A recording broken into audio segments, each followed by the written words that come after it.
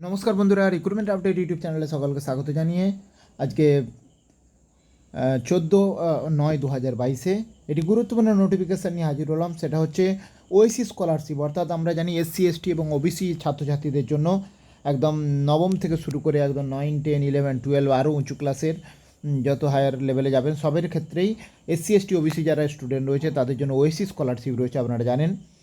তো সেই OAC scholarship এবছর 2022-23 রিনিউয়াল করার পদ্ধতি আমি এর আগে কীভাবে 2022-23 ওএসি স্কলারশিপ নিউ করতে হয় সেই নিউ ভিডিও আমি আপনাদের সাথে শেয়ার করেছি। যদি দেখতে চান অবশ্যই ভিডিও আমি ভিডিওতে কমেন্ট বক্সে লিখবেন, আমি অবশ্যই লিঙ্কটা দিয়ে দেবো। তো আজকে যেটা জানাবো সেটা হচ্ছে কি ওএসি স্কলারশিপ 2022-23 রিনিউয়াল পদ্ধতি। রিনিউয়াল কীভাবে করবেন সেই পুরো পদ্ধতি দেখবেন, অবশ্যই নিজের মোবাইল থেকেও করে নিতে পারবেন এবং নিজেই করতে পারবেন। তো আসুন দেখে নেবো পদ্ধতি। তার আগে বলি, যদি চ্যানেলটা এখনও সাবস্ক্রাইব করে না থাকেন প্লিজ সাবস্ক্রাইব করে নেবেন, নানা ধরনের লেটেস্ট আপডেট পাওয়ার জন্য, চাকরির খবর পাওয়ার জন্য, শিক্ষাসঙ্গত খবর পাওয়ার জন্য। আর এই অনলাইন অ্যাপ্লিকেশন করার জন্য, রিনিউ করার জন্য কী কী ডকুমেন্টস হাতের কাছে রাখতে হবে এবং কী কী ডকুমেন্টস সহ জমা করতে হবে স্কুলে বা ব্লকে। তো প্রথমে কীভাবে আপনারা অনলাইন অ্যাপ্লিকেশন করবেন, অনলাইন রিনিউয়াল করবেন, ফার্স্ট পদ্ধতি আমি পুরো দেখাচ্ছি। তো প্রথমেই ফার্স্ট একদম ওয়েবসাইটে চলে যাবেন, আমি একটু দেখাচ্ছি ভালো করে দেখুন। একদম প্রথম থেকে দেখুন, প্রথমে আপনারা ওয়েবসাইটে oasis.gov.in ওয়েবসাইটে গেলেন।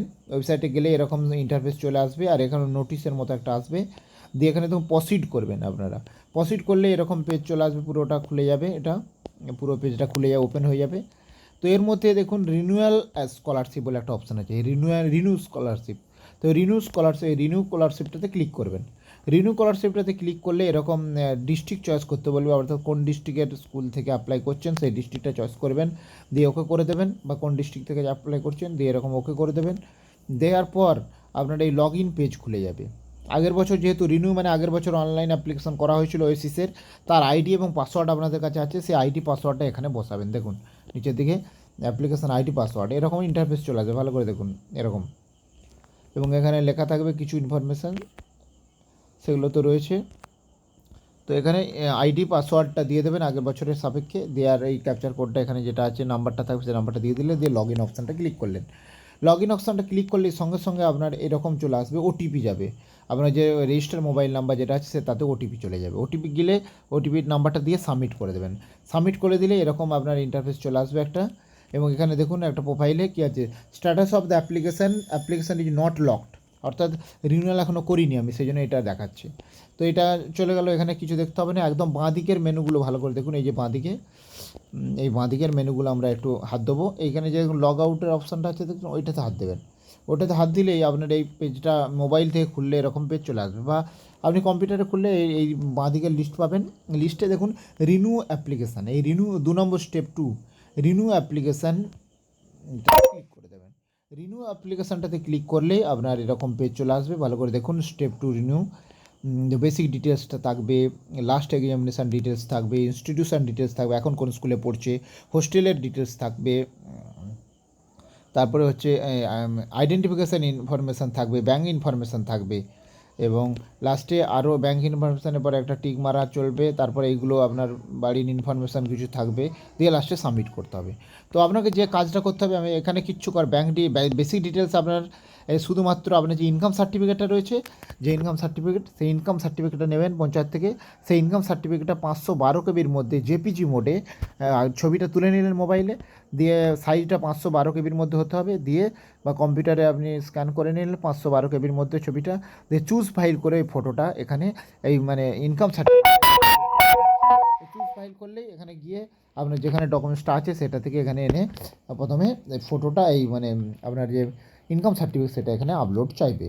তারপর এখানে নিচের দিকে দেখুন বাবা অথবা মা কারা শিক্ষিত আছে নাকি স্ট্যাটাসটা দিতে হবে আপনাকে, চয়েস করতে হবে 1 লিটারেসি না 2 লিটারেসি, 1 প্যারেন্ট লিটারেসি না 2 প্যারেন্ট লিটারেসি, এটাতে সিলেক্ট করতে হবে।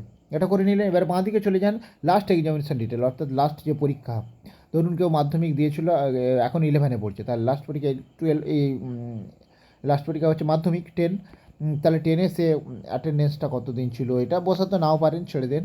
টোটাল মার্কস, লাস্ট পরীক্ষা কত নম্বরে পরীক্ষা হয়েছিল, কত পেয়েছে, আর এইগুলো পার্সেন্টেজ অফ মার্কসটা অবশ্যই দিতে হবে। এখানে মাস্ট যেটা দিতে হবে, নাহলে কিন্তু আপনি সেভ করতে পারবেন না, সাবমিট হবে না। লাস্ট এক্সামিনেশান পাসিং, পাসিংয়ের কত পার্সেন্টেজ মার্কস সেটা দিতে হবে, কোর্স কমপ্লিট যদি পাস থাকে অবশ্যই পাসটা লিখতে হবে, আর টোটাল অ্যাটেন্ডেন্স কতদিন অ্যাটেন্ডেন্স ছিল গত বছর সেই অ্যাটেন্ডেন্স রেটটা দিতে হবে, আর কোর্সটা কবে শেষ হয়েছে, সেই কোর্স অর্থাৎ মাধ্যমিকের রেজাল্ট কবে প্রকাশিত হয়েছে বা আগের যে ইয়ারের ছিল সেটাই একটা কবে শেষ হয়েছে সেটা ক্লিক করতে হবে, সেটা দিতে হবে। দেওয়ার পর হোস্টেল আর যদি হোস্টেল হয় তাহলে ইয়েস করবেন, দিয়ে ইনফরমেশানগুলো দেবেন, হোস্টেলের নাম দিতে হবে, চার্জ কাটতে হবে, চার্জ এবং ডেট অফ কারেন্ট হোস্টেলে কবে জয়েনিং সেই সব দিতে হবে, নাহলে নো করে দিলেন, কিছু করার দরকার নেই।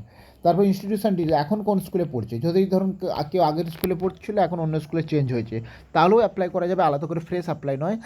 কেউ যদি নতুন স্কুলে অন্য স্কুলে যায় তাহলেও কিন্তু একইভাবে পদ্ধতিতে হবে। তো সেখানে এই ব্লকটা চয়েস করবেন, দিয়ে স্কুলের নাম চয়েস করে নিলেন, কোন স্কুলে ভর্তি হয়েছে এখন সেই স্কুলটা চয়েস করে নিলেন।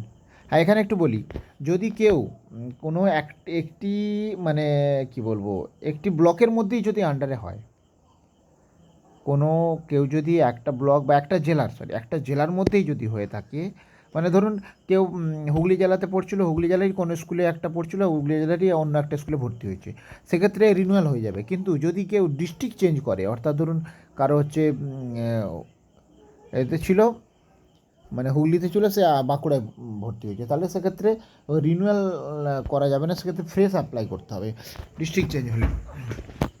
তো যাই হোক, এই এখানে স্কুল এখন যে ক্লাসে পড়ছে সেই স্কুলটা চয়েস করে নিলেন, কোন ক্লাসে পড়ছে চয়েস করলেন, কোন ক্লাসটা কবে শুরু হয়েছে কবে শেষ হবে এসব চয়েস করে নিলেন, ঠিকঠাক করে নিলেন বা দিয়ে লিখে দিলেন।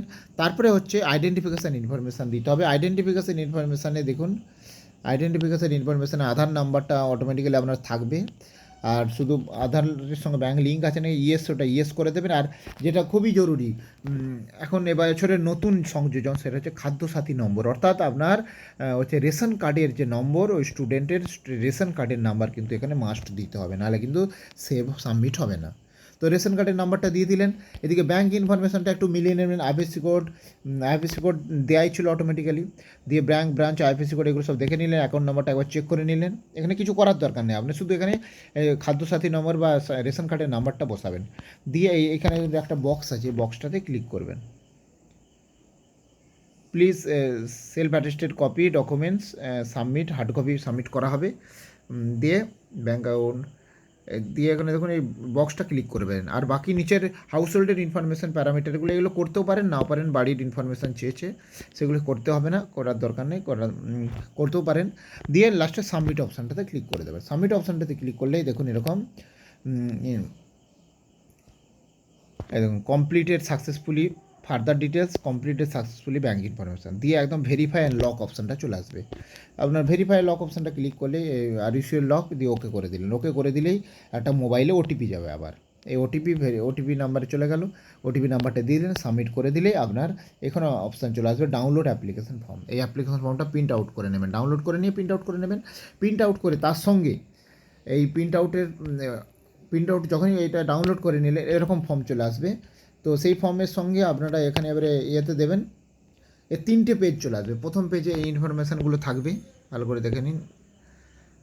প্রথম পেজে কোন স্কুলে কোন ক্লাসে পড়ছে এই সমস্ত ইনফরমেশান থাকবে। আর প্রথম পেজের যে ইনফরমেশান আপনাকে কিচ্ছু করার দরকার নেই, এখানে ফটো চিটাবেন, একটা ফটো চিটানোর পর দেখুন এখানে রিনিউয়াল বলে অপশান চলে আসবে, 2022-23 রিনিউয়াল অপশান আছে। তো ফটো চিটালেন ফার্স্ট পেজে। সেকেন্ড পেজে এখানে হচ্ছে স্টুডেন্ট সই করবে, নিচের দিকে দেখুন এই সব কিছু আছে, এই নিচের দিকে এখানে signature of the applicant, signature সই করে দেবে। তারপর হচ্ছে স্কুল যে কাজটা করবে, স্কুল যেহেতু অটোমেটিক্যালি অনলাইনে ভেরিফিকেশান করবে, ইনস্টিটিউশন ভেরিফিকেশান, এই এবারে হচ্ছে ভেরিফিকেশানটা হবে স্কুল ভেরিফাই করবে প্রথমে বা স্কুল বা কলেজ। তো সেক্ষেত্রে এখানে কিছু করার দরকার নেই, আপনার এইটা পূরণ করার দরকার নেই। নেক্সট চলে যাচ্ছে 3 নম্বর পার্ট। 3 নম্বর পার্টে হচ্ছে ইনকাম এবং রেসিডেন্সিয়াল সার্টিফিকেট। এইখানে আপনাকে ওই ব্লকের কোনো দেখুন মেম্বার অফ পার্লামেন্ট অর্থাৎ এমএলএ এমপি দিয়ে সিগনেচার করাতে হবে। ইনকাম সার্টিফিকেটটা আপনাকে এখানে এমএলএ এমপি দিয়ে সিগনেচার করাতে হবে, ঠিক আছে। স্কলারশিপের জন্য জেলা পরিষদের সদস্য হতেও করতে পারবে, পঞ্চায়েত সমিতির সভাপতিকে দিয়ে সিগনেচার করতে পারে, কাউন্সিলরকে দিয়েও সিগনেচার করাতে পারেন। তো এইখানে সিগনেচার করে তিনি এটা সার্টিফাইড করে দেবেন। দেওয়ার পর নিচে দেখুন ডিক্লারেশন অফ ইনকাম, অর্থাৎ গার্জেন এখানে যে ইনকাম সার্টিফিকেট আপলোড করেছিলেন সেই ইনকাম কত, সেই ইনকামের ঘরটা ইনকাম লিখে দেবেন। আর ইনকামটা টোটাল রুপিস কত টাকা, ধরুন 60,000, তাহলে 60,000 লিখে দেবেন। তারপরে ওই স্টুডেন্টের এখানে নাম লিখে দেবেন এই যে নিচের ফাঁকাটায়।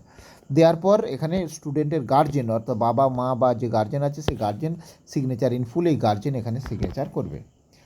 এই সমস্ত করার পর, পূরণ করার পর এই পূরণের কপি, তার সঙ্গে সঙ্গে আপনার হচ্ছে কাস্ট সার্টিফিকেট, যেটা শিডিউল কাস্টের সার্টিফিকেট, সেই কাস্ট সার্টিফিকেট জেরক্সটা অ্যাটেস্টেড করবেন, সেলফ অ্যাটেস্টেড করে মার্কশিট, গত বছরের মার্কশিট বা সার্টিফিকেট পরীক্ষা পাস করার, তারপর ব্যাংকের পাসবইয়ের ফার্স্ট পাতার জেরক্স, আধার কার্ডের জেরক্স, জন্ম সার্টিফিকেট বা মাধ্যমিকের অ্যাডমিট কার্ড, আর হচ্ছে রেশন কার্ডের জেরক্স।